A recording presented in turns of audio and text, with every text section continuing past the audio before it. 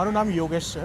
શું ઘટના બની અત્યારે અહીંયા? ઘટનામાં એવું હતું કે મારી બાજુમાં દુકાન છે બ્લેકટોન, ઠીક છે. અંદરથી બહાર મને અવાજ આવ્યો સ્લેબ પડવાનો.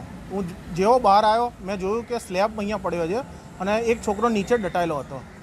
એના પછી એક છોકરાને બહાર કાઢ્યો અમે, ઠીક છે, અને એક જણ ત્યાંને ત્યાં દટાઈ રહ્યો.